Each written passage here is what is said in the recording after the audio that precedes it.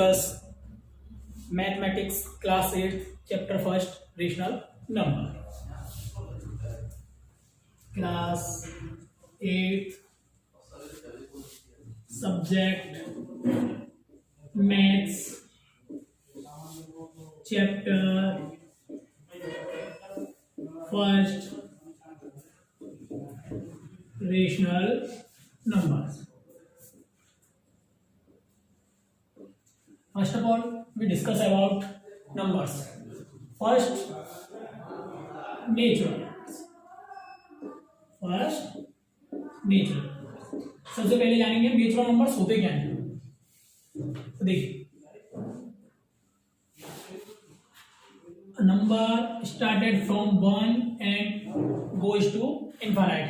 जो 1 से स्टार्ट होते हैं और कहां तक जाते हैं, इनफाइनाइट तक, उन नंबर्स को हम क्या बोलते हैं, natural numbers. Example 1 2 3 4 dot dot dot dot infinite. ठीक है, 1 से स्टार्ट होंगे और कहां तक जाएंगे, इनफाइनाइट तक, उनको क्या बोलेंगे हम, नेचुरल नंबर. उसके बाद बात करते हैं हम होल नंबर्स. होल नंबर्स ऐसे नंबर्स जो स्टार्ट होंगे किससे, 0 से. या हम बोल सकते हैं अगर नेचुरल नंबर्स के साथ किसको इंक्लूड कर दिया जाए, 0 को. अगर नेचुरल के साथ 0 को भी इंक्लूड कर दिया जाए तो क्या बन जाता है, होल नंबर. एग्जाम्पल जैसे 0 1 2 3 4 dot dot dot dot infinite. अगर नेचुरल के साथ 0 को भी हम इंक्लूड करते हैं तो बनता है होल नंबर. उसके बाद देखेंगे हम इंटीजर्स. इंटीजर्स क्या होते हैं, तो देखिए, अगर मैं होल नंबर्स के साथ नेगेटिव नंबर्स को भी इंक्लूड कर देता हूं तो वो क्या बन जाते हैं, हमारे क्या बन जाते हैं, इंटीजर्स. मतलब होल नंबर्स में मैं इंक्लूड कर दूं नेगेटिव नंबर्स को. अगर होल नंबर के साथ नेगेटिव नंबर्स को भी इंक्लूड कर दिया जाता है तो बन जाता है हमारा इंटीजर्स. जैसे -3 -2 -1 0 1 2 3.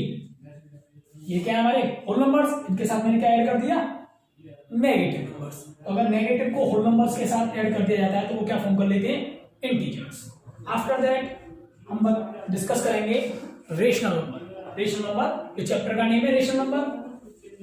उसके बारे में हम जानेंगे. देखिए, रेशनल नंबर क्या होते हैं.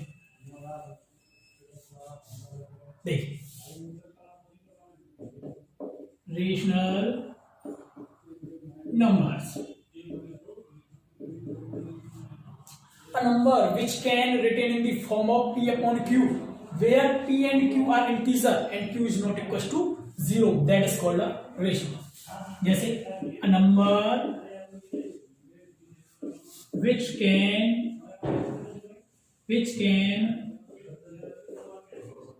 written in the form of p upon q, where p and q are integers and q is not equals to 0. जहां पर p और q क्या है, इंटीजर, और वहां पर q कभी क्या नहीं हो सकता, 0. ऐसे नंबर्स को हम क्या बोलते हैं, रेशनल नंबर. एग्जांपल 3/4 4/6 5/4 ऐसे. ठीक है. इसके बाद हम बात करेंगे प्रॉपर्टीज ऑफ रेशनल नंबर. इसके बाद बात करते हैं प्रॉपर्टीज ऑफ रेशनल नंबर्स. अब रेशनल नंबर की प्रॉपर्टीज के बारे में बात करेंगे. First, closure properties of rational. इसमें हम इसमें 4 ऑपरेशंस होते हैं. हम जानते हैं addition, subtraction, multiplication and division. जब भी हम दो होल नंबर जैसे 3 and 5 both are whole numbers, अगर हम दोनों को जोड़ते हैं, दोनों को क्या करते हैं, ऐड करते हैं, तो प्राप्त नंबर भी क्या होगा, एक होल नंबर या रेशनल नंबर। रेशनल नंबर मतलब इसके नीचे मैं वन मान सकता हूं, ए पी अपॉन क्यू की फॉर्म में, Q is not equal to 0, that's your answer. Okay, अब देखते हैं सब्ट्रैक्शन। देखते हैं इसके सब्ट्रैक्शन।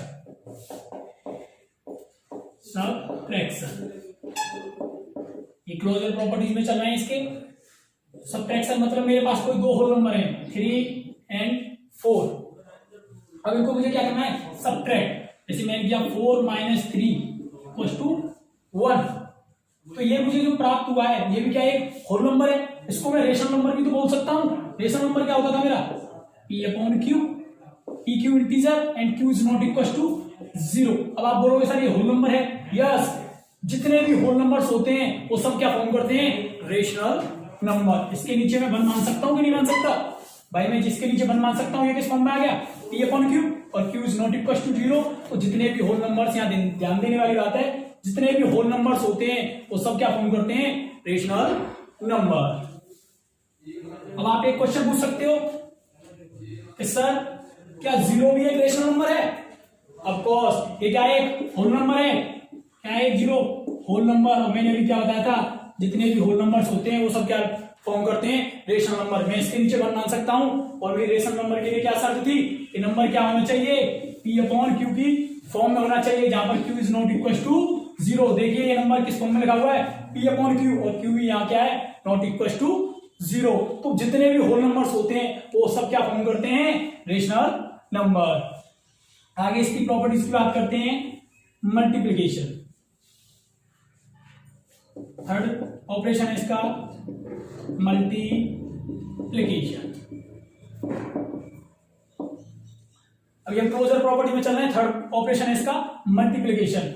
मतलब मेरे पास कोई दो होल नंबर हैं, अगर मैं उनका आपस में मल्टीप्लाई करता हूं, आपस में उनको क्या करता हूं, मल्टीप्लाई, तो जो मेरा रिजल्ट फॉर्म होगा वो भी क्या बनेगा, एक होल नंबर या एक रेशनल नंबर। देखिए 3 × 6 = 18। 18 is also whole number and is also a rational number, क्योंकि जैसे ही मैं इसके नीचे वन मानूंगा ये क्या बन जाएगा, एक रेशनल नंबर। क्लियर। आगे देखते हैं, लास्ट प्रॉपर्टी है इसकी डिवीजन। देखिए मेरे पास कोई से भी नंबर मान लीजिए, जैसे मैंने 1/2 और दूसरा भी मान लिया मैंने 1/2। अब मुझे क्या करना है, डिवीजन, इसका ऑपरेशन लगाना है क्लोजर प्रॉपर्टी में, डिवीजन वाला। तो मैंने क्या किया, 1/2 को डिवाइड किया 1/2 से, और हम जानते हैं जब फ्रैक्शन सॉल्व करते हैं डिवाइड किसमें चेंज होता है, मल्टीप्लाई में, और लास्ट वाला जो फ्रैक्शन होता है numerator denominator and denominator numerator. 1 से 1 कैंसिल आउट 1। अब हम जानते हैं 1 क्या होता है, एक नेचुरल नंबर भी होता है, होल नंबर भी होता है, इंटीजर भी होता है, और ये क्या फॉर्म करता है, रेशनल नंबर, क्योंकि यहाँ पर Q is not equal to 0। मैं किसी के भी कोई भी नंबर लिखा हुआ है, चाहे होल नंबर हो, चाहे इंटीजर हो, चाहे नेचुरल नंबर हो, वो सब क्या फॉर्म करते हैं, rational number. After that second property, इसके बाद हम सेकंड प्रॉपर्टी पे जाते हैं, कम्यूटेटिव प्रॉपर्टी। सेकंड प्रॉपर्टी कौन सी है इसकी, commutative property. Second property commutative property. इसमें भी वही 4 ऑपरेशंस। First edition. मैंने क्या किया, मैंने कोई दो नंबर्स लिए 3 and 5, इसमें मुझे क्या करना है, ऐड। मैंने किया 3 + 5, ये मान लिया मैंने A, ये मान लिया मैंने V। अगर मैं एडिशन में लगा रहा हूं तो A + B = B + A। जैसे मैंने 3 में 5 जोड़ा तो वो उसमें 5 में 3 जोड़ू तो इन दोनों का रिजल्ट क्या रहता है, सेम। इनका रिजल्ट क्या रहता है, सेम। तो इससे बोल सकते हैं कम्यूटेटिव प्रॉपर्टी होल नंबर के लिए क्या होती है, फॉलो। होल नंबर के लिए क्या होती है, follow. After that second subtraction. देखिए यहां पर रिजल्ट हमारा चेंज हो जाएगा, सब्ट्रैक्शन। मैंने कोई दो नंबर लिए 3 and 5, 3 - 5 is not equal to 5 minus 3 because its result minus 2 and its gives 2 and both number are different. This is minus 2 and this is plus 2. It is not equal to. It means जो हमारी whole number वाली properties होती है वो subtraction में आके follow नहीं होती है. इससे गिवन नंबर मुझे क्या मिलेगा, नंबर तो मिलेगा, इंटीजर मिल जाएगा कोई, चाहे होल नंबर मिले, लेकिन यहां पर ये जो होगा रेशनल नंबर मिल जाएगा, लेकिन होल नंबर वाली प्रॉपर्टी को ये कभी क्या नहीं करेगा, शो. इसके बाद देखते हैं हम मल्टीप्लीकेशन. इसके बाद क्या देखते हैं हम, मल्टीप्लीकेशन. Third property multiplication. देखिए आपने कोई दो होल नंबर लिए, चाहे रेशनल नंबर लिए, आपने 2/3 एंड सेकंड लिया 6/4. आपने इन दोनों का क्या किया, मुझे प्रॉपर्टी चेक करनी है मल्टीप्लिकेशन वाली. आप इन दोनों का क्या किया, मल्टीप्लाई 2/3 मल्टीप्लाई 6/4. इसको मैंने सॉल्व किया, ये कितना हो गया, 6 2 जा 12 और 4 3 जा 12. It gives 1. मतलब a इंटू v. अब मैं चेक करना चाहता हूं b इंटू a, तो मैंने किया 6 multiply 4 multiply 2 multiply 3. It's also same result 12/12 once. तो हम यहां पे बता सकते हैं कि मल्टीप्लिकेशन में भी क्या होता है, ये होल नंबर को फॉलो करती है. उसके बाद देखते हैं डिवीजन. उसके बाद किसके लास्ट है इसकी प्रॉपर्टी, डिवीजन. डिवीजन में चेक करेंगे हम. सेम मैं मेरे पास दो कोई रेशनल नंबर है, एक 3/2, एक रेशनल नंबर है, दूसरा रेशनल नंबर 3/2. अब मुझे चेक करना है, मैंने किया a डिवाइड b. अगर मेरा इक्वल आ गया b डिवाइड a, तो ये मेरी प्रॉपर्टी को फॉलो कर रहा है. लेकिन अगर नहीं आया तो ये प्रॉपर्टी को फॉलो नहीं करेगा. देखिए 1/2 divided by 3/2, same 1/2 divide change into multiply and denominator numerator numerator denominator. It's gives 1/3. इसका रिजल्ट क्या आया, 1/3. अब इसको मैं दूसरे रिजल्ट में रखता हूं b डिवाइडेड बाई a, मतलब 3/2 डिवाइडेड बाई 1/2. इसको अब जब हम सोल्व करेंगे तो 3/2 डिवाइड को किसमें चेंज करेंगे, मल्टीप्लाई में, numerator denominator denominator numerator. It's gives 3. देखिए यहां पर मुझे क्या मिला, 1/3, और यहां पर मुझे क्या मिला, 3. तो a divided b is not equal to b divided a. तो हमारी जो प्रॉपर्टी है यहां भी आके क्या नहीं होती है, फॉलो नहीं होती. उसके बाद लास्ट प्रॉपर्टी बचती है इसकी एसोसिएटिव प्रॉपर्टी. लास्ट प्रॉपर्टी क्या बचती है इसकी, एसोसिएटिव प्रॉपर्टी.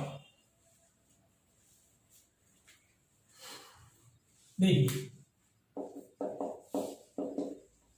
एसोसिएटिव प्रॉपर्टी, इसमें वही 4 ऑपरेशंस. First edition. इसका मतलब क्या है, इसमें नंबर्स हम लेंगे 3. कितने नंबर्स लेंगे हम, 3. a b प्लस सी, पहले मैं बात कर रहा हूं एडिशन के लिए, is equal to b plus a plus C. अगर दोनों रिजल्ट मेरे क्या आ रहे हैं, सेम, तो वो इस प्रॉपर्टी को फॉलो कर रहा है एडिशन में. अगर मेरे रिजल्ट क्या आ रहे हैं, डिफरेंट, तो वो इस प्रॉपर्टी को फॉलो नहीं करता है. मैंने नंबर मान लिया, a की वैल्यू मानी मैंने 1, b बराबर माना 2, c बराबर मान लिया मैंने 4. मैंने रिजल्ट में अपने अप्लाई किया 1 प्लस 2 प्लस 4. इट्स गिव्स 4 और 2 6 एंड 1 7. अब मैंने 10 ट्राई किया, 2 plus 1 plus 4. It's also gives result 7. तो हम यहां से बता सकते हैं a plus b plus C is equal to b plus a plus C. तो यहां पर आगे मेरी प्रॉपर्टी क्या हो रही है, फॉलो. उसके बाद बात करते हैं हम एडिशन में, तो ये फॉलो हो रही है. उसके बाद बात करते हैं हम सबट्रैक्शन के लिए. किसके लिए बात करते हैं हम, सबट्रैक्शन के लिए. देखिए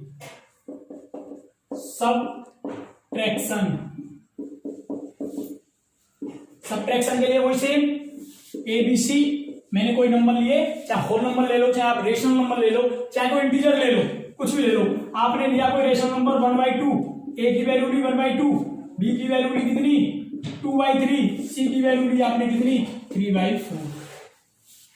तो मैं क्या कर सकता हूं, मेरा रिजल्ट आना चाहिए same, a minus B minus C बराबर में लिख सकता हूं b माइनस सी माइनस ए।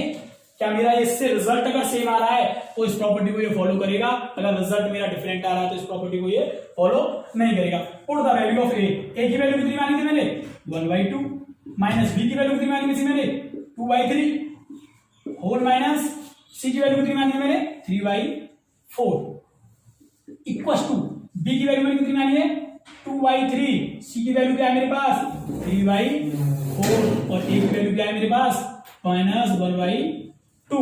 अब देखिए इसको सॉल्व करते हैं, इसका मैंने एलसीएम लिया, एलसीएम कितना है मेरे पास 6, 2 का डिवाइड किया 6 में कितनी आ गया 3 टाइम्स, 3 का मल्टीप्लाई किया इसके न्यूमरेटर से 3 1 या 3, अब बीच में क्या है माइनस, 3 का डिवाइड किया 6 में कितनी आ गया 2 टाइम्स, 2 का मल्टीप्लाई किया 2 से -3/4। ऐसे इसको सॉल्व करेंगे, इसका एलसीएम कितना आएगा 12, 3 4 जा 12 और 3 का डिवाइड किया 12 में कितने टाइम्स गया 4 टाइम्स, 4 का मल्टीप्लाई किया किससे इसके न्यूमरेटर से, -4 3 जा 12, 3 3 फिर मल्टीप्लाई करेंगे इसके न्यूमरेटर से 3 मल्टीप्लाई 3 होल -1/2। अब इसको सॉल्व करते हैं, 3 1 जा 3, -2 2 जा 4 divided by 6 -3/4 is equals to 4 2 जा 8 -9/12 एंड -1/2। इसके बाद देखते हैं, देखिए मेरा रिजल्ट क्या बच रहा है 3 - 4 दैट इज -1 बटे 6 -3/4 is equal to 8 - 9 that is -1 बटे 12 -1/2। इन दोनों को हम सॉल्व करते हैं तो इसका एलसीएम क्या आता है मेरे पास 12, 6 और 4 का एलसीएम कितना है मेरे पास 12, 6 का डिवाइड दिया 12 में कितनी टाइम्स गया 2 टाइम्स, 2 का मल्टीप्लाई किया इससे, -4 का डिवाइड दिया 12 में कितने टाइम्स गया 3 टाइम्स, 3 का मल्टीप्लाई किया 3 से। ऐसे इसको सॉल्व करेंगे तो इसका एलसीएम कितना आया मेरे पास 12, 12 का डिवाइड दिया 12 में कितने टाइम्स गया 1 टाइम्स, -2 का डिवाइड दिया 12 में कितने टाइम्स गया 6 टाइम्स, 1 मल्टीप्लाई 6। अब इसको सॉल्व किया तो क्या हो गया, देखिए -1 × 2 दैट इज -2, 3 3 जा 9/2